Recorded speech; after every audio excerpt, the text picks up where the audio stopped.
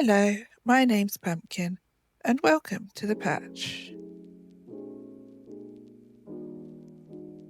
And today we are back in Dreamlight Valley. Last week's Dream Snap was the eco-friendly one, and with the new star path, I got inspired to do a Solarpunk style build. If you don't know what Solarpunk is, it's a mix between the futuristic but also keeping nature involved in the architecture. Here are some pictures because I'm probably not explaining it right. I knew the wild tangle would be great for this as it is a jungle biome and it is also a nice big space to decorate. I decided to use a wild lagoon. I had a Mulan build here before, so I took that down and we'll get started on this eco-friendly Solarpunk style build. Let's see how we got on, shall we? This time I started with a little mood board of what the vibe I wanted to go with. That's why there's already got some bits down, because I wasn't sure if I was going to run with this theme or not. But I liked it, so I got started on this path. I believe this is the Ancient Landings path. Seeing as I am in Eternity Isle, I did lean into a bit more of the Eternity Isle items in this build. I have put down Ralph's house just there. It is going to get covered up a bit more later on, but for now, it's just in that corner.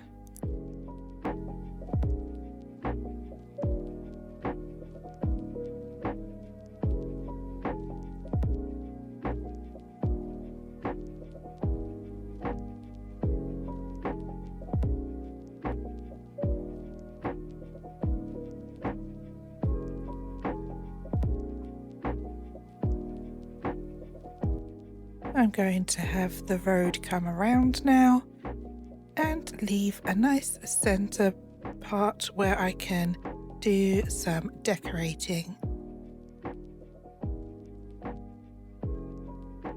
Now going in with some tram tracks. I believe these are unlocked from doing Oswald's quests.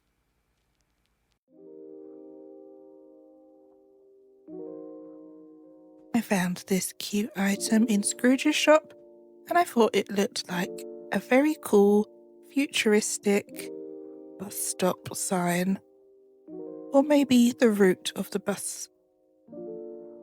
These elemental building pieces are amazing and I think they really make this build. I don't think a Solarpunk theme would have worked without them, so I'm very happy I got them. I'm putting in another bus stop here and some more of these koi neon lights. Trees that I've decided to go for are the jungle trees, the tall twisting ones and the small ones. I'm trying to figure out what to do with the pixel tree in the middle here from Ralph's friendship items. I do really like this tree. I should have ordered more from Scrooge's shop because just one wasn't going to work. I get Mulan's house here and I add it along this straight bit of road.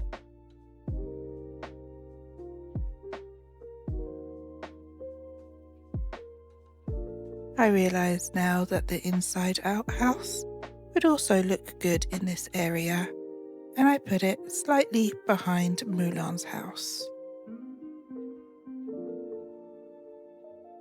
It's time to add some more of these elemental pieces. As I said, they really are the star of the show.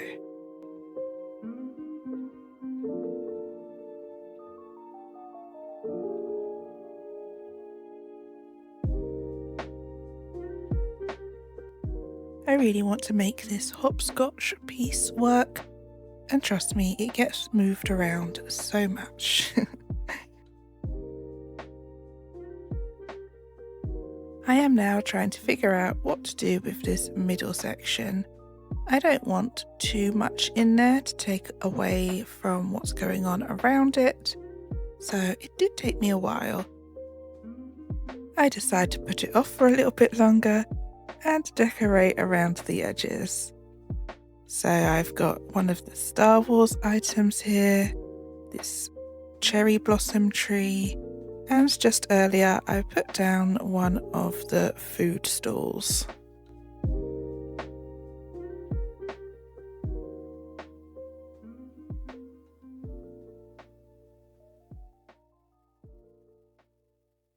I'm putting down some food crates here and seeing if I would like a gazebo in the middle.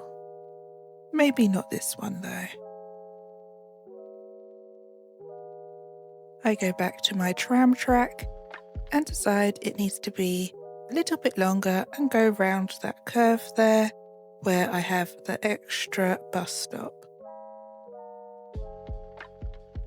I decide to go for Tiana's gazebo in the middle here. Unfortunately, I didn't show this as one of my recordings got deleted, but I did go in after what I come up with here later and go back to the Tiana gazebo.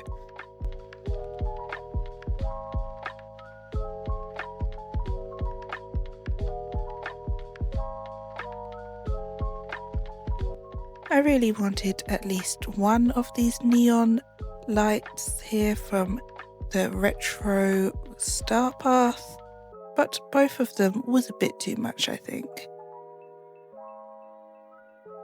I wanted that Mulan lantern to work so bad here. As you will see, I do come up with a configuration for it later on, but again, it doesn't stay, and that is the footage that I lost.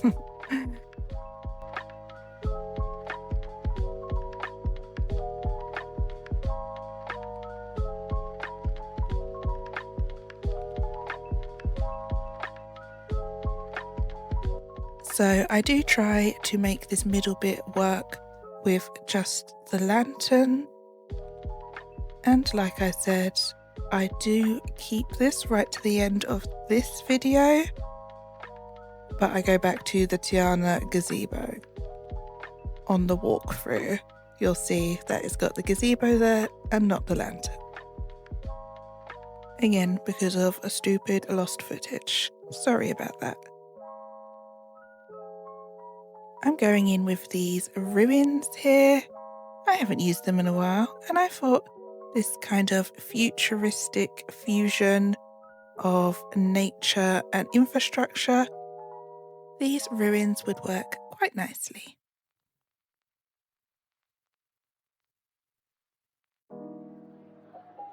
I add some more back here for some cohesion. So it's not just one little section of ruins, it is throughout the build. I wasn't sure about adding this rainbow, but as soon as I placed it, I fell in love with the colours. It might be a bit too much for this build, but maybe I am into the bit too much look.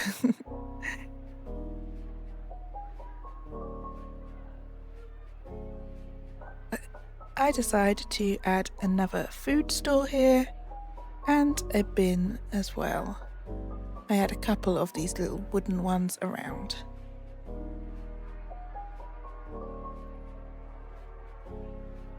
I tried to make these vegetable stands work, but unfortunately I just couldn't find somewhere for them.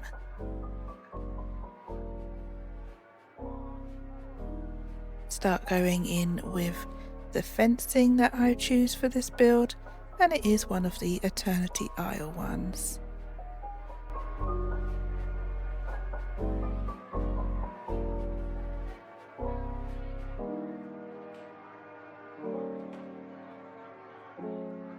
I place it around just some of the areas around the path, not all of it, as I do feel it looks a bit too samey if I were to add it all the way around the paths. I add some of these Eternity Isle pile of bricks as well, just around the paths, to make them look like they have worn down over time.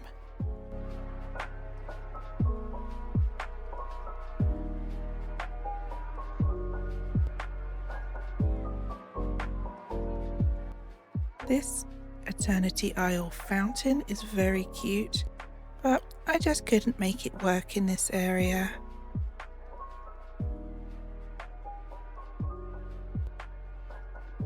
I add in this cute little motorbike and some of the park's benches.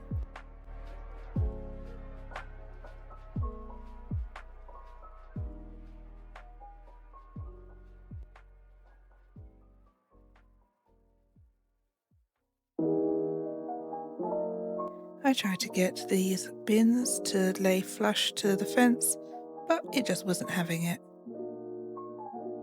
I now add in the main foliage, which are these pink bushes and the small jungle trees. And of course, later on, there will be my old faithful beach grass.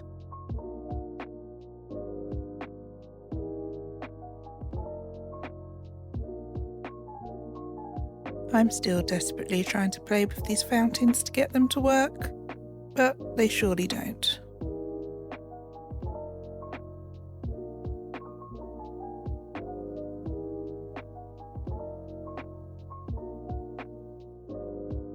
I'm adding more of the pink foliage around, mostly in the background, to cover up any spare space.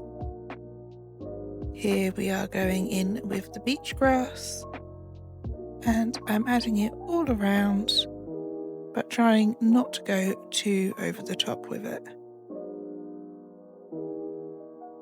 I'm adding the hopscotch underneath this fountain. Again, still trying to make the fountains work.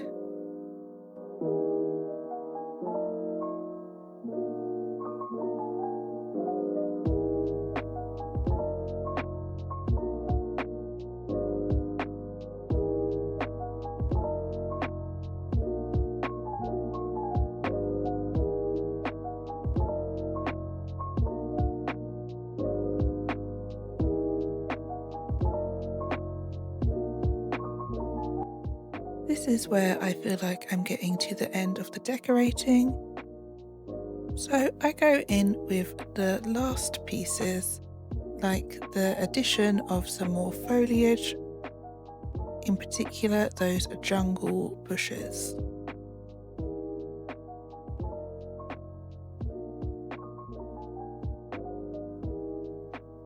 So like I said, I did lose some footage from where I changed the middle back to the gazebo, and I do add in more foliage around. So in the walkthrough, you will see some changes from this final bit here and what actually was the final outcome.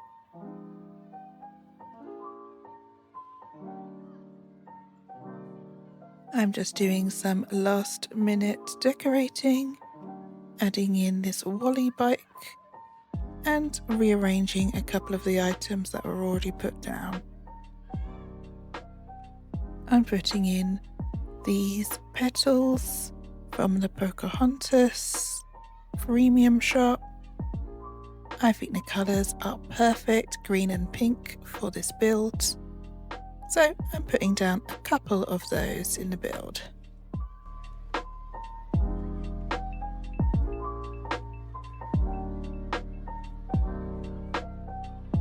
And of course, I need my fireflies.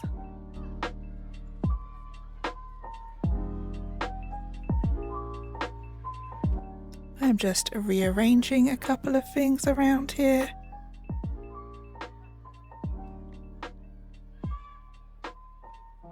And with that, the build is finished. So here we are, just in the entrance of the lagoon. Coming down here, you can see this nice middle bit that I've done here. It is quite a design staple for me to leave a nice big space in the middle to do some decorating. We have the Tiana Pagoda or gazebo. We have one of the Star Wars pieces here, and we have this Eternity Isle fence. I'm using these cherry blossom trees from the Pocahontas Star Path. They are one of the main trees that I've used in this build, along with the jungle trees. Just here I've put in a pretzel stand. Pretty sure this is from one of the park's Star Paths, but that was a while ago now. We have another one of the Star Wars pieces back here. I thought this would suit the Solarpunk aesthetic, as it does look like a machine that is generating power. I did want the windmills from Star Path last week. Unfortunately, I didn't have enough moonstones to get both of the elemental pieces that I wanted, so I went for this one and the house instead. Coming down here, this is one of the elemental building pieces that I was talking about. And we have the Pocahontas leaves going through here. These elemental building pieces are kind of hiding Ralph's house back here. I don't think Ralph's got the worst house. I mean, it's not Vanellope's, but I did want to hide a little bit of the exterior. We have the drive-in sign here. That again was from, I think, a retro something or other Star Path. It was the Inside Out characters when they came. I didn't want to use too many of those items from the Star Path, like the diner and all that kind of stuff. But this little sign here, I thought suited the area. We have a little food cart here, again from the Star Path. I like adding these little pet bowls next to the food carts to be somewhere where your little animals or companions can come and have some food and water. I used some of the castle ruins build kit in throughout here as well. Here we have Mulan's house. I thought it suited the style, as we have some of the San Fran Tokyo stuff here, and there was some of the turning red items in the Star Path.